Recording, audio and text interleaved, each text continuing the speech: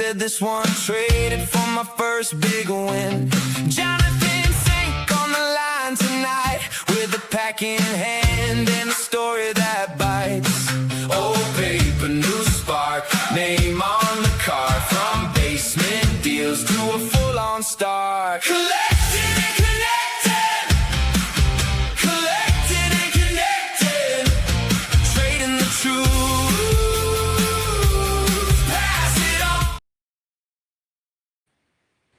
Hey, what's up? Jonathan Fink, Sports Card Collectors Club, and this is the Card Life Chronicles, where we're gonna rip some packs, spontaneous when I get the free time to do it. I'm documenting all these card rips, and they will all be in the volume 3 of the Sports Card Collectors Club, the Card Life. So today we're gonna rip some hockey. I got volume 1, I got series 2, I got extended, and we'll see how the time goes. I even got some more. I got some of this. I even got the old school O-Pee-Chee. So the first time we did this, we did Pokemon, and we did Pitch Black, and that was fun. Got interrupted by my dog Buddy, who had to go out for a potty break. So hopefully it doesn't happen again. But hey, if it does, it does. We'll see what happens. But look, I gotta pay respect to the hockey gods. I put out the book, The Hockey Gods Are Real, last year. A labor of love. I probably should have put on a hockey jersey instead of this Mickey Mantle 1952 tops, but they don't want to gesture max too much. But anyway, so we'll rip some cards, we'll have some fun, and hopefully we'll pull some awesome stuff. And the reason why I'm doing this is because I now do trade shows, and I want my tables to be different. I'm primarily there to sell all my books, and so I want to have cards that are in the same theme of my books. So I have golf cards for my Golf Gods Are Real. Got to have hockey for the Hockey Gods Are Real. And the truth is, I don't want my tables to be all about just flipping PSA 10 and stuff like that. I want my table just to be lots of fun. In the past, I've had wax packs for $1, and people rip them in front of me, and I put them on video. And I want to have when I rip stuff like this, and I pull a bunch of crap, I'm going to give them away to free to kids, and then hopefully I'll get enough decent cards and inserts that I can turn into dollar bin section for each of the categories.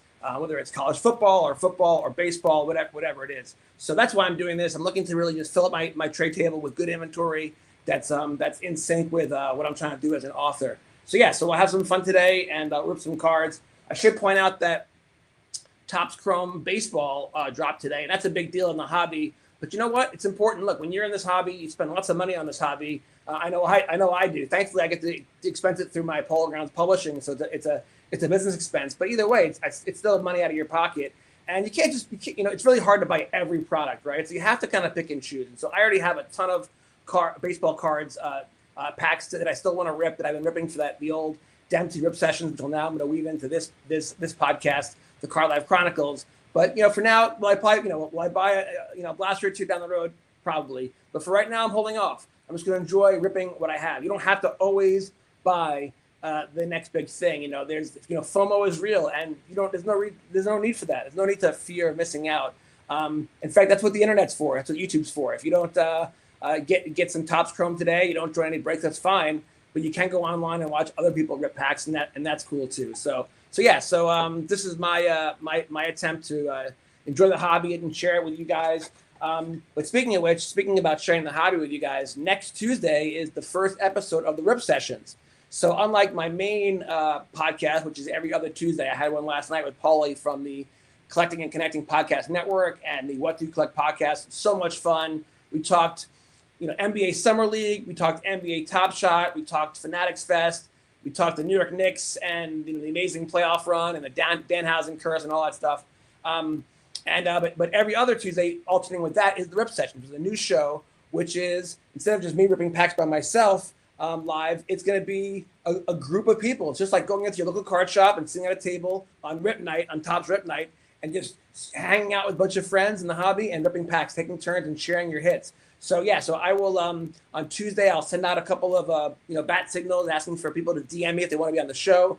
I'll send you a link, and then you can just come on the show. You can come and go as you please, just like coming in and out of your local card shop. And we're just going to hang out. We'll probably do it for an hour. If no one shows up, I'll just rip packs by myself. But hopefully you guys do show up and we get, 2 or 3. Who knows? We'll find out how many how many people can join this podcast network platform. And if we can get a dozen people on here, we'll do that. And maybe over time we'll have some recurring guests, and we'll just see how it goes. And if it's successful, we'll keep doing it. If it's really successful, maybe we'll add another night. Who knows? But for now, let's get into this first rip. We got Upper Deck Top Series 1.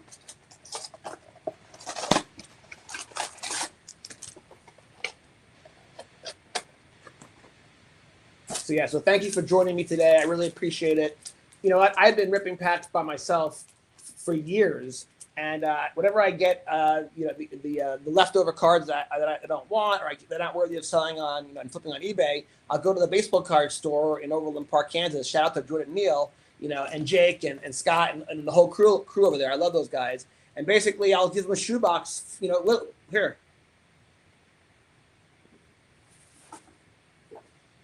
I literally have a shoebox when my son was a little kid and collected. It's literally the Royals old school shoebox, and I just start filling it up. Now, a lot of these cards, I eventually will, when I do sell cards on eBay, and I mail the envelopes out, I always throw in like 3 or 4 cards for fun, just for free, just good vibes. But then whenever this thing fills up, I go trade it in, and whatever it's worth, $5, $10, whatever it is, and then I just use that exchange money. And so finally, after going to the shop, for several years, Jordan was like, you are an author. You might want to market yourself and kind of put yourself out there and start, selling some books instead of just writing them. Why don't you do a pack opening series online? And I'm like, you know what? You're right. And then actually, right when I went down to Chanute, Kansas, to record the episode of The Card Life, the show hosted by Matt Strom, thanks to Brandon Virgil for having me on that show, and he was, of course, the first guest on my first episode ever of the Sports Card Collectors Club. Well, anyway, before I shot my segment, I got to watch Matt shoot his segment, and he was there with the Cali Community College baseball coach, his old coach who recruited him, and they were doing their segment ripping packs. And I was watching him rip packs, and I was thinking about what Jordan Neal said, and I was like, yeah, I got to do it. It's time. I always felt like, what, I'm an author. I've been spending the last decade, in the den, deep down in the dark, late at night with the candle and the scribe, writing books. But look, I've already published 15 books. I'm now slowing it down. I'm only going to put out a book every 6 months. So I'll have some books that I'll finish and they'll be on pre-sale. Like the Pokemon Gods Real will be out next summer, and it'll probably be on pre-sale pretty soon. But by putting books out every 6 months, that gives me a lot more breathing room and time to do stuff like this, to host a couple of podcasts, to get back into video games and create some franchises on Xbox that are based on my other book series, just for fun and another kind of asymmetrical marketing thing. So anyway, enough intro talk. Let's rip some packs. So this first last year comes with 4 packs of Upper Deck, 12 cards per pack. So I like that. I like when you get a lot of cards per pack. I don't need 12, but I definitely like more than the 4 that you usually get when you're opening up like, Prism or, Topps Chroma, whatever. I got a chance to go with my son. We were down in Florida 2 summers ago for all this travel baseball stuff when he played for the John Link's East Coast Dodgers scout team.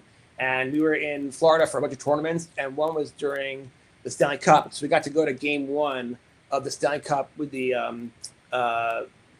Florida Panthers and the Edmonton Oilers. In fact, I actually have a jersey from that. I probably should have worn it today for the hockey rip, and it would have been appropriate. But the first card would have been, I think the jersey that I actually owned. So, oh well.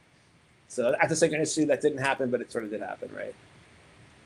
Anyway, so I'll try to look at the camera as I open these cards. It's kind of hard to do both. Here's a Young Gun. So right away, so this is the kind of stuff where, oh, look at this. There's actually an interesting sign on the back. This is a really unique card. But the Young Guns actually have a lot of value. It's it's the branded rookie card for Upper Deck. It's the chase card everyone wants. Last year was Celebrini. This year was Matthew Schaefer. Now the inserts, these are the kind of cards that I'll be able to sell for $1 at my shows. Where this one too, by the way, the compadres. But these, I'm just gonna give them away for free because they're essentially worthless. Actually, there's Adam Fox, by the way. Shout out to Adam Fox. In fact, the first chapter of Sports Card Collectors Club Volume 1 is called "The Intrinsic Value of Something." Like oil in the ground, or under the ocean, or silver and gold, or copper, or uranium, rare earth minerals. there's energy and time and expense to extract those minerals from the ground, and there's intrinsic value in that they have utility, they have use.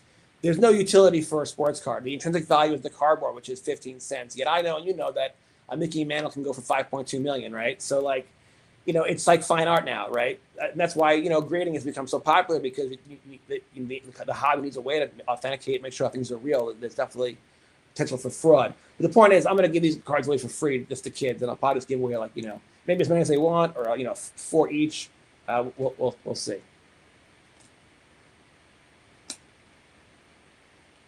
All right, that was pack number 1. Wouldn't you believe it? There's my dog. All right, so it's time to take a break. We'll do this again soon. You guys take care. God bless. Oh no, yep, yeah, it's time to go. Sorry about that, guys. We got one pack done in a really long intro, but it was a good bet. It was a winner. You guys take care. We'll do this again soon. God bless. He pulled a stain from a shoebox lid. Said this one traded for my first big win. Jonathan Fink on the line tonight, with a pack in hand and a story that bites. Old paper, new spark, name on the card. From basement deals to a full-on star. Collect